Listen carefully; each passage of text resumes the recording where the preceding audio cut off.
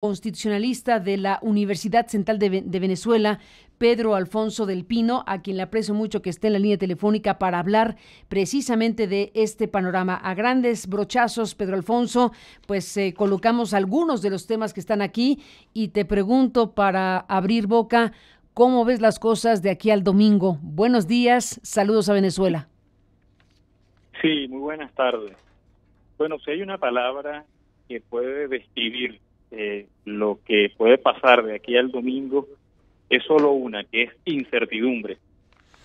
Es decir, el gobierno avanza a pasos acelerados y contrariando cualquier tipo de manifestación ciudadana o cualquier opinión en contra, inclusive desde el mundo internacional, a la idea de instalar una Asamblea Nacional Constituyente que no fue convocada por el pueblo, contrariando nuestra Constitución Nacional, además a realizarse bajo un método electoral amañado en donde menos del 20% del país puede decidir más del 90% de los cargos constituyentes, una constituyente que no va a tener tiempo de duración, cosa que es no solo es contrario a la Constitución, sino al sentido común democrático, es decir, una constituyente que se instala, pero que no tiene tiempo de finalización, sino que lo van a decidir los propios constituyentes, y una constituyente que al final de cuentas, en resumen, lo que va a hacer no es realizar o desarrollar una nueva constitución,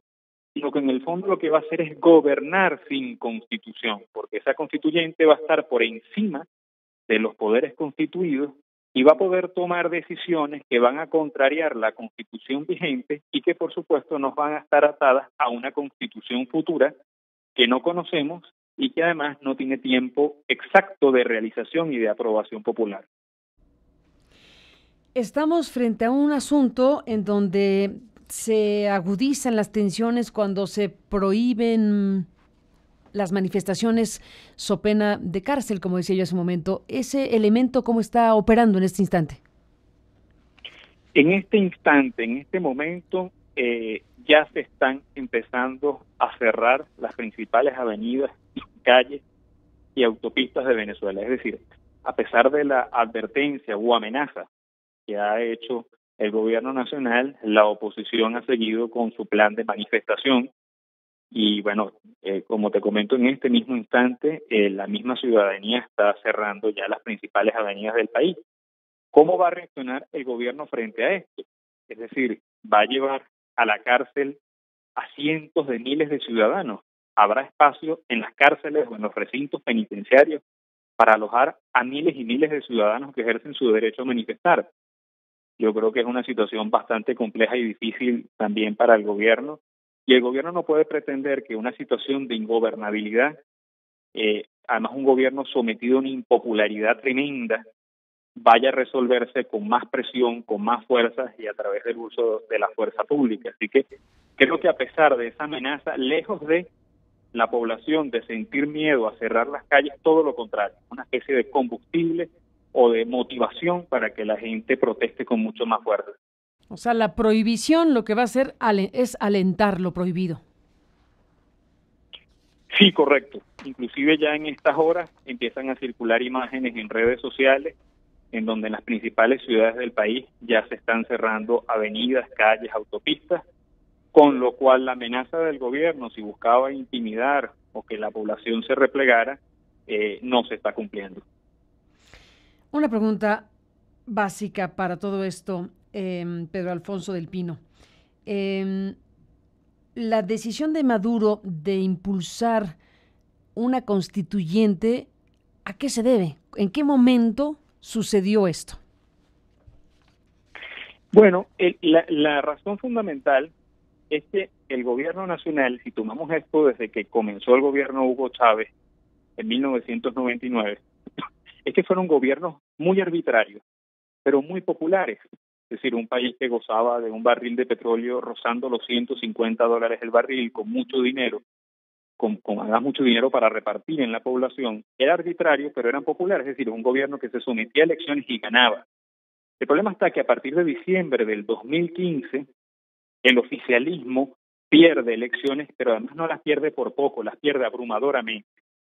y el camino constitucional sometía al gobierno a elecciones, entre ellas el año pasado una elección de gobernadores, que para nosotros es muy importante por ser un Estado federal, este año una elección de alcaldes y el año próximo una elección presidencial y además una solicitud de referendo revocatorio. El gobierno negó la vía electoral porque la vía electoral es la que está en la Constitución. La única salida o barajita o carta que tenía el gobierno para salir de esta ruta electoral es tumbar el tablero, mover todas las piezas y jugar un borrón y cuenta nueva con una Asamblea Nacional Constituyente. Lo que olvidó el gobierno es que la convocatoria a una Asamblea Nacional Constituyente debía pasar también por un proceso electoral. Es decir, en resumen, lo que el gobierno necesita es tiempo, perdurar en el poder y obviando cualquier proceso electoral que pase por el sufragio universal, directo y secreto, cosa que no se va a cumplir este domingo porque es una elección amañada donde muchos venezolanos, inclusive, nada más por comentar un ejemplo, hay electores en algunos municipios del país cuyo voto vale 200 veces más que el de un elector de otro municipio. A pesar de que ustedes podrán ver en imágenes a ciudadanos votando el día domingo, en el fondo se esconde una gran trampa en el sistema electoral de una elección de tipo corporativo al estilo de los regímenes fascistas, en donde se vulnera el sufragio universal, directo y secreto. Pedro Afonso del Pino, estamos entonces en un panorama sumamente delicado por muchas razones. ¿Qué efecto ha tenido en Venezuela, en la clase política del gobierno y en la opositora, la postura del gobierno de los Estados Unidos que ha tomado ya pues incluso la decisión de sancionar? Los efectos que causen estas sanciones son irrelevantes. Importa la definición de Donald Trump señalando a 13 funcionarios a los que acusa de alterar los ejes de la democracia y demás cuestiones. ¿Eso cómo afecta en este momento a Venezuela, si sumamos además de eso el hecho de que el gobierno estadounidense está retirando a los familiares y cercanos de del cuerpo diplomático por razones del riesgo que corren en este momento? Eso va contribuyendo a un clima en donde uno dice, pues, ¿qué va a pasar ahí? Bueno, la sensación que se percibe en estos momentos en la población es de mucha tensión, de mucha angustia.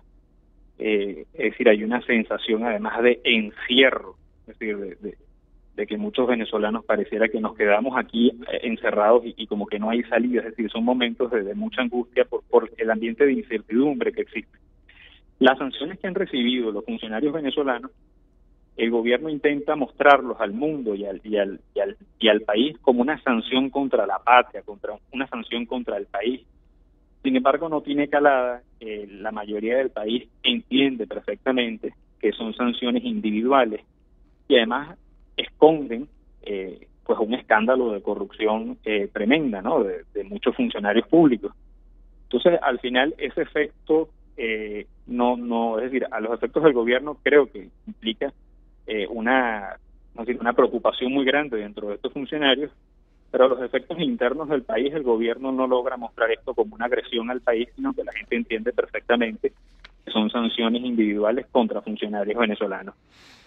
Hay una parte, Pedro Afonso del Pino, que tiene que ver con las acusaciones, bueno, desde luego a México, que se ha hermanado con el gobierno de los Estados Unidos en algo que no alcanzamos a entender muy bien, cómo México asume pues una decisión del gobierno estadounidense casi como propia. Pero bueno, más allá de eso, se ha señalado por parte del gobierno de Maduro que México está colaborando para una especie de golpe de Estado con la colaboración de la propia CIA, dado que el director de la CIA estuvo en México y que ha habido comunicaciones sobre Venezuela en ese sentido. ¿En Venezuela se toman en serio esto? ¿Esto realmente tiene alcance si hubiera una intervención de este tipo que sería una locura? El gobierno muestra vamos a decir, el gobierno busca un enemigo externo en busca de una narrativa siempre contradictoria de que hay un enemigo externo. Y bueno, en ese esquema ha entrado el gobierno de México. Recientemente está entrando también el presidente de Colombia, es decir, el gobierno siempre tiene a alguien a quien echarle la culpa. Lamentablemente todo esto lo que hace es obstaculizar cualquier salida en el mundo internacional. Yo creo que si algo necesita Venezuela es un grupo de garantes, un grupo de gobiernos amigos que sientan la confianza de la oposición y del gobierno para tratar de buscar garantías a un acuerdo, a una negociación. Creo que declaraciones del presidente en este estilo dirigidas al gobierno de México, de Colombia, que han sido muy activos en la recuperación del diálogo y de una salida negociada, lejos de ayudar, lo que hacen precisamente es aislar más al gobierno de Venezuela y perjudicar, al final de cuentas, al ciudadano de a pie.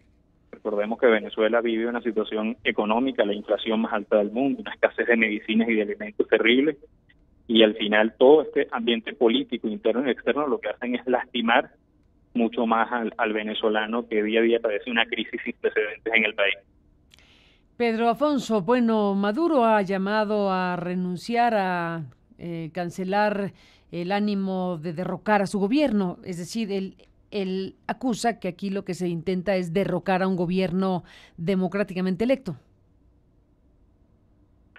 No, sí, es una expresión que no tiene ningún tipo de sentido. Es decir, la oposición venezolana ha sido muy clara en sus exigencias y se resume en el cumplimiento de la Constitución Nacional.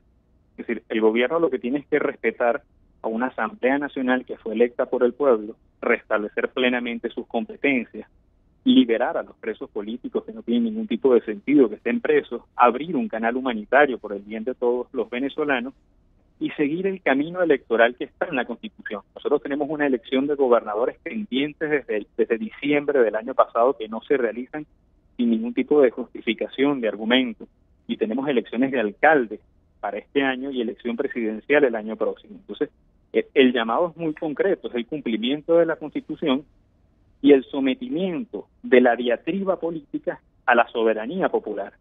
Pero como el gobierno está absolutamente consciente de que hoy tiene un alto rechazo evidente, notorio, en toda la población del país, el gobierno evita cualquier consulta popular o sometimiento al sufragio universal, directo y secreto. Pero de ninguna manera, yo creo que la petición de la oposición es muy clara, es el cumplimiento de la Constitución Nacional. Ahí están las reglas del juego y son a las que debemos someternos todos.